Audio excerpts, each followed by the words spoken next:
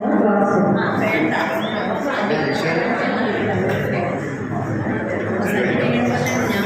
Morning. കഴിഞ്ഞ ദിവസം നമ്മൾ ഇക്കണോമിക്സിൻ്റെ മൈക്രോ ആൻഡ് മാക്രോ ഇക്കണോമിക്സിലെ ടോപ്പിക്സാണ് പഠിച്ചത്.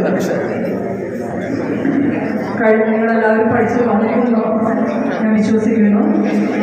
What is micro economics? Sheeba അങ്ങനെ പഠിക്കാൻ വളരെ സിമ്പിളായിട്ടുള്ള ടോപ്പിക്കാണല്ലോ.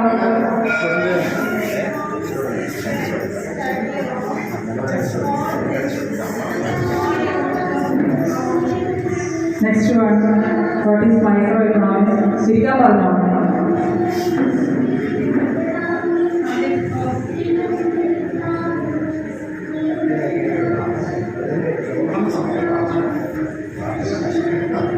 അതിപ്പോൾ ടീച്ചറെ എനിക്ക് പഠിക്കാൻ പറ്റിയില്ല ടീച്ചറെ.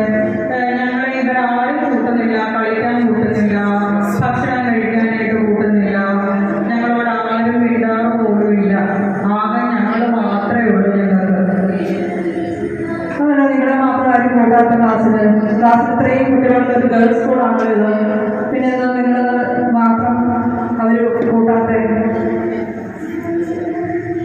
അതെന്താണെന്ന് ഞങ്ങൾക്ക് അറിയത്തില്ല ടീച്ചറെ. പക്ഷെ ആരും ഞങ്ങളോട് വിടാറുമില്ല, ഞങ്ങളെ ഒന്നിനും കൂട്ടാറുമില്ല. ഞങ്ങൾ മാത്രം എപ്പോഴും ഒരുമിച്ചാണ്, ബാക്കി ആരും ഞങ്ങളെ കളിയാക്കുക ചെയ്യുന്നത്. നിങ്ങളുടെ ഇരിപ്പിലും പട്ടിനും ഭാവത്തിലുള്ള ഒരു വ്യത്യാസമുണ്ടല്ലോ. സാധാരണ പെൺകുട്ടികൾ ഇരിക്കുന്ന പോലെ അല്ലല്ലോ നിങ്ങളുടെ നിൽക്കും ഭാവം.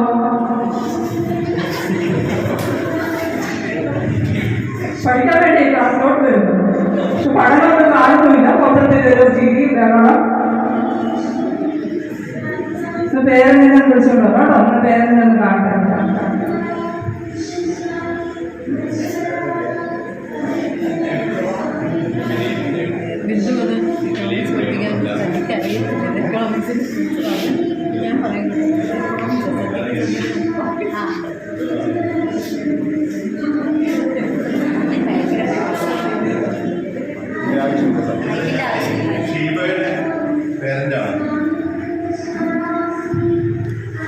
ഷീബയുടെ പേരെന്താണ്? അവളുടെ പഠനത്തെ കുറിച്ചൊക്കെ കുറച്ച് അറിയാമെന്ന് തോന്നുന്നതാണ്. ഇപ്പം പെട്ടെന്ന് വരാൻ കാരണം അവള് പഴയതുപോലെയൊന്നും അല്ല. ഇപ്പം ആളാകെ മാറിയിരിക്കുകയാണ്. വൈകിട്ട് താമസിച്ചാണ് വീട്ടിൽ വരുന്നത്. വീട്ടിൽ വന്നു കഴിഞ്ഞാലോ ഞങ്ങളോടൊന്നും സംസാരമൊന്നുമില്ല. അത് ഞാൻ കഴിഞ്ഞ ദിവസം ക്ലാസ്സിൽ ശ്രദ്ധിച്ചായിരുന്നു. അവർ രണ്ട് കുട്ടികൾ മാത്രമായിട്ട് കൂട്ടും കൂടിയിരിക്കുന്നു. അവർ മറ്റ് പഠനത്തിൽ ശ്രദ്ധിക്കുന്നില്ല, മറ്റു പല കാര്യങ്ങളിൽ ഏർപ്പെടുന്നു. അതുകൊണ്ടാണ് ഷീബയുടെ അച്ഛനെ ഞാൻ വിളിച്ചത്. അപ്പോൾ വീട്ടിൽ വന്നും പഠന കാര്യങ്ങളൊന്നും ഏർപ്പെടുന്നു. വീട്ടിൽ മറ്റു എന്ത് ആക്ടിവിറ്റീസിലാണ് ഏർപ്പെടുന്നത്? സ്പെഷ്യൽ ക്ലാസ് എന്നൊക്കെ പറഞ്ഞ് ശനിയാഴ്ചയും ഞായറാഴ്ച വരെ വരുന്നുണ്ടല്ലോ. നോക്കട്ടെ, ആക്ടിവിറ്റീസ് നോക്കട്ടെ. അത്യാവശ്യം കൂടുതൽ പൈസ സ്പെഷ്യൽ ഫീസ് എന്നൊക്കെ പറഞ്ഞ് മേടിക്കുന്നു. കഴിഞ്ഞ ശനിയാഴ്ച സ്പെഷ്യൽ ക്ലാസ് വീട്ടിൽ നിന്ന് ഇറങ്ങിയായിരുന്നു. ഷാപ്സൊക്കെ ആണല്ലോ ഇവിടെ. യൂണിഫോം ഇല്ലാതെ വന്നത്. നമ്മുടെ സ്കൂളിൽ ശനിയാഴ്ച സ്പെഷ്യൽ ക്ലാസ് വെച്ചാൽ യൂണിഫോം നിർബന്ധമാണ്. യൂണിഫോമിലാണ് എല്ലാ കുട്ടികളും വരുന്നത്. പക്ഷെ കഴിഞ്ഞ ശനിയാഴ്ച ഈ രണ്ട് കുട്ടികളും ആബ്സെന്റ് ആയിട്ടാണ് ഇവിടെ കാണുന്നത്. നമുക്കൊരു കാര്യം ചെയ്യാം. നമ്മുടെ സ്കൂളിൽ എന്താണ് നമ്മുടെ ക്ലാസ്സിലെ ഷീബയും മറ്റേ റീമയും കൂടെ കോട്ടയത്ത് ഇറങ്ങി പോയിരിക്കുന്നത്. അവർ രണ്ടുപേരും ഇപ്പോൾ ക്ലാസ്സിലില്ല. അവര് ആ ബാത്റൂമിന്റെ ആ വശത്തോട്ട് പോയായിരുന്നു. അങ്ങനെയുണ്ട് ടീച്ചറെ. എന്നും ഇതുപോലെ എന്തൊക്കെയോ ഉണ്ട് ടീച്ചറെ. ഞാൻ കഴിഞ്ഞ ആഴ്ച സുഭാഷ് പാർക്കിൽ പോയപ്പോഴത്തേക്ക് വൈകുന്നേരം ഇവർ രണ്ടുപേരും കൂടെ അവിടെ ഇരിക്കുന്നത് ഞാൻ കണ്ടായിരുന്നു. ടീച്ചർ ഞാൻ അടുത്തോട്ട് ചെന്നപ്പോൾ അവരെന്നെ നോക്കിയോടിയില്ല ടീച്ചറെ, നോക്കിയോടിയില്ല. എന്നിട്ട് എന്നെ കണ്ടിട്ട് അറിയാത്ത പോലെ അവർ ഐസ്ക്രീമും ഒക്കെ തിന്ന് കെട്ടിപ്പിടിച്ച് അവിടെ ഇരിക്കുകയായിരുന്നു ടീച്ചറെ. ടീച്ചറെ ഞാൻ അവൾക്ക് വാട്സാപ്പിൽ എന്തെങ്കിലും മെസ്സേജ് ചെയ്ത് കഴിഞ്ഞാൽ അവൾ എനിക്ക് തിരിച്ച് റിപ്ലൈ ചെയ്യുന്ന തരത്തിൽ കൂടെ ഇല്ല. എന്നിട്ട് എപ്പോഴും നോക്കിയാലും ഓൺലൈനിലുണ്ട്. അവർ തമ്മിൽ ഭയങ്കര കൂട്ടാണ്.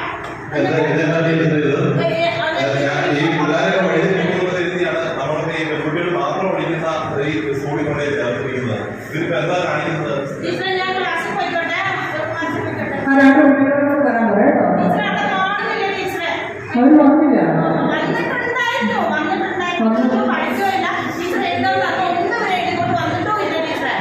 നമ്മൾ നമുക്കൊരു ഷീബയുടെ അച്ഛനോട് കാര്യം പറയാം. നമുക്ക് നമ്മുടെ സ്കൂളിൽ ഒരു കൗൺസിലറുണ്ട്.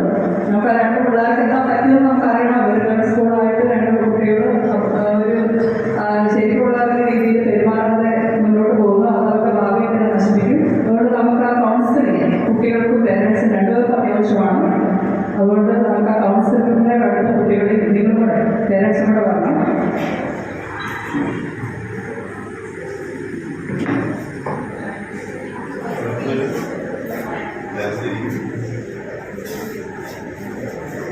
നമസ്കാരം. അപ്പോൾ ഇന്നത്തെ പരിപാടി ഇവിടെ നമുക്ക് ഓർഗനൈസ് ചെയ്തിരിക്കുന്ന ഈ സ്കൂളിൻ്റെ NSS യൂണിറ്റാണ്. അപ്പോൾ ഏവർക്കും സ്വാഗതം. വന്നിരിക്കുന്ന പാരൻസ്, ടീച്ചേഴ്സ്, കുട്ടികൾ ഇവർക്ക് എല്ലാവർക്കും പിന്നെ ഇന്നത്തെ പരിപാടിയിലേക്ക് ആർദ്രമായ സ്വാഗതം പറയുകയാണ്. അപ്പോൾ ഞാൻ ഇവിടെ കേരള ലീഗൽ അതോറിറ്റിയിൽ വർക്ക് ചെയ്യുന്ന ഒരു അഡ്വക്കേറ്റ് കം കൗൺസിലറാണ്.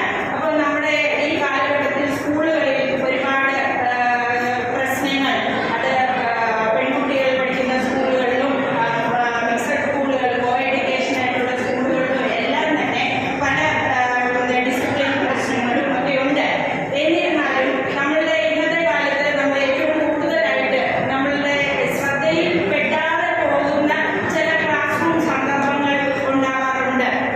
അപ്പോൾ അവിടെ നമ്മൾ കാണാൻ സാധിക്കുന്നത് ഒരു പക്ഷേ ഒരു ഐഡന്റിറ്റി ക്രൈസിസ് നേരിടുന്ന കുട്ടികളുണ്ടാകാം നമ്മുടെ ഇടയിൽ. അതായത് ഈ ഒരു പദമായിട്ട് പറഞ്ഞാൽ LGBTQ എന്ന് പറയുന്ന ഒരു വിഭാഗം ആൾക്കാർ നമ്മുടെ സമൂഹത്തിൽ ഉണ്ട്. അതായത് ലെസ്ബിയൻ, ഗേ, ബൈസെക്ഷൽ, ട്രാൻസ്ജെൻഡേഴ്സ്, ഇവരെ എല്ലാവരെയും കൂടെ ചേർത്താണ് LGBTQ2 എന്ന് പറയുന്ന വിഭാഗമായിട്ട് മനസ്സിലാക്കുന്നത്.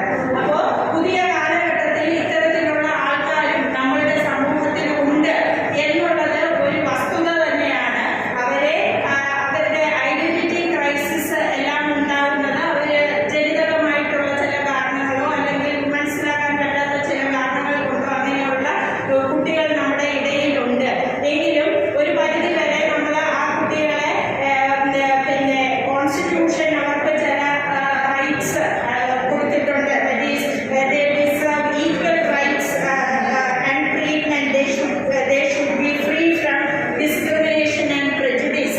എന്നൊക്കെയുള്ള ഇന്ത്യ ഗവൺമെന്റ് ആ വിഭാഗക്കാരെ കൂടെ അവർക്ക് prohibition against discrimination act of 2019 പ്രകാരം ഇതുപോലെയുള്ള LGBTQ പേഴ്സൺസിനെ നമുക്ക് അകറ്റി നിർത്താനായിട്ട് സാധിക്കില്ല. അവർക്ക് equal opportunity in education, employment, health care, employment facilities ഇതെല്ലാം അവർക്ക് നമുക്ക് കൊടുക്കേണ്ടത് തന്നെയാണ്. എന്നിരുന്നാലും അത് പറയുന്നതിന്റെ രത്ന ചുരുക്കം നമ്മുടെ സമൂഹത്തിൽ ഇത്തരത്തിലുള്ള ഐഡന്റിറ്റി ക്രൈസിസ് ഉള്ള ആളുകൾ ഉണ്ടായാലും ഒരു പരിധി വരെ ആ കുട്ടികളെ സമൂഹം അംഗീകരിക്കുന്നതിനോടൊപ്പം തന്നെ അവർക്ക് വളരെ പ്രധാനമായിട്ടുള്ള കൗൺസിലിംഗ് എല്ലാം കൊടുക്കണം. കുട്ടികൾ വിചാരിക്കുന്നുണ്ടാകാം ഒരു പക്ഷേ അവർ തമ്മിൽ ഇഷ്ടമാണ്, ആ ഇഷ്ടം വളരെ ഒരു ആൺകുട്ടിയും പെൺകുട്ടിയും ഉള്ള ഇഷ്ടം പോലെയാണ്, അവർ കല്യാണം കഴിക്കുമെന്നൊക്കെ തന്നെയാണ് നമുക്ക് കിട്ടുന്ന പല റിപ്പോർട്ടുകളിൽ പറയുന്നത്. പക്ഷേ ഇന്ത്യ ഗവൺമെന്റ് ഇങ്ങനെയുള്ള കുട്ടികളെ അല്ലെങ്കിൽ ഇതുപോലെയുള്ള വിഭാഗക്കാർക്ക് ജസ്റ്റിസ് ചന്ദ്രചൂഡിന്റെ നേതൃത്വത്തിൽ പിന്നെ വളരെ നിശ്ചിതമായിട്ട് ഈ ഒരു ലീഗൽ മാരേജിനെ അസാധുവാക്കിയിരിക്കുന്നു. ഉദാഹരണത്തിനായിട്ട് India does not recognise same sex marriage എന്നുള്ളത് കുട്ടികളെ പറഞ്ഞ് മനസ്സിലാക്കുക. India does not recognise same sex marriage. അതായത് a 5-judge bench of Supreme Court headed by Chief Justice Chandrachud unanimously ruled against legalization of the same sex marriage. അപ്പോൾ കുട്ടികൾ പറയുന്ന പോലെ അവർക്ക് ഒരുമിച്ച് ജീവിക്കാനുമുള്ള നിയമസാധുതയൊന്നും തന്നെ പിന്നെ നമുക്ക് ഇന്ത്യയിലുള്ള നിയമങ്ങൾ അംഗീകരിക്കുന്നില്ല. എന്നിരുന്നാലും ഇത്തരത്തിലുള്ള ആൾക്കാരെ, ട്രാൻസ്ജെൻഡർ ഉൾപ്പെടെയുള്ള ആൾക്കാരുടെ റൈറ്റ് അഗൈൻസ്റ്റ് ഡിസ്ക്രിമിനേഷൻ നമ്മൾ അവരെ ജോലികൾക്കും ക്ലാസ്സിലും എല്ലാം ഉൾപ്പെടുത്തിക്കൊണ്ട് തന്നെ പഠിക്കണം. അവരെ വേണ്ട മാതൃകയിലുള്ള കൗൺസിലിംഗ് സെഷൻസ് ഒക്കെ കൊടുത്ത് ഈ വിഭാഗത്തിലുള്ള കുട്ടികളെ ഒരു പരിധി വരെ നമുക്ക് സമൂഹത്തിനോട് എല്ലാ തരത്തിലും യോജിച്ച് പോകുന്നവരാക്കി മാറ്റാനായിട്ട് സാധിക്കും. അപ്പോൾ നമ്മൾ കുട്ടികളും എല്ലാവരും ഇവരെ കൂടുതൽ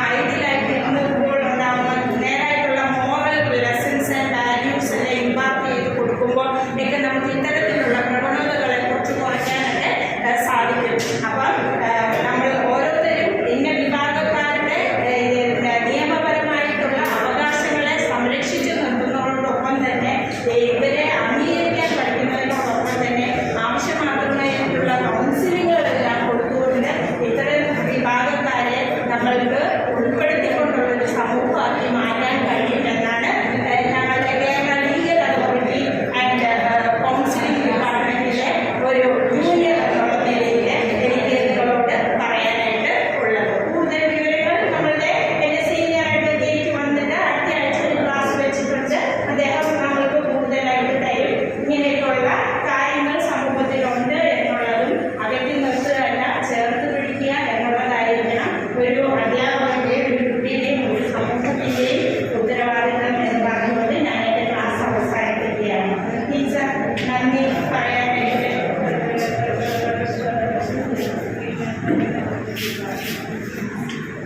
നമുക്ക് നല്ലൊരു കൗൺസിലിൻ്റെ ക്ലാസ് കിട്ടി. ഇപ്പം മാഡം പറഞ്ഞ പോലെ കാര്യങ്ങളെല്ലാം ഉൾക്കൊള്ളുക.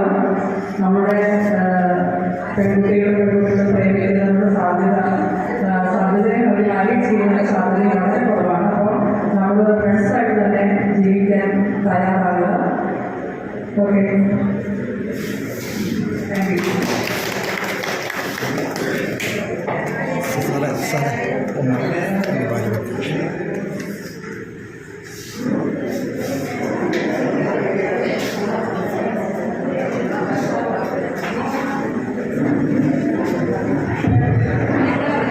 ഈ ഗ്രൂപ്പ് അവതരിച്ചത് നവോഘർഷനായിരുന്നു. എല്ലാ സ്പീക്കറെ കണ്ടത് തന്നെ ഒരു ക്ലാസ് റൂം അറ്റ്മോസ്ഫിയർ ഇവിടെ ഉണ്ടായിരുന്നു. അതോടൊപ്പം തന്നെ ടീച്ചർ, സ്റ്റുഡൻസ്, അതിനകത്ത് 2 പെൺകുട്ടികൾ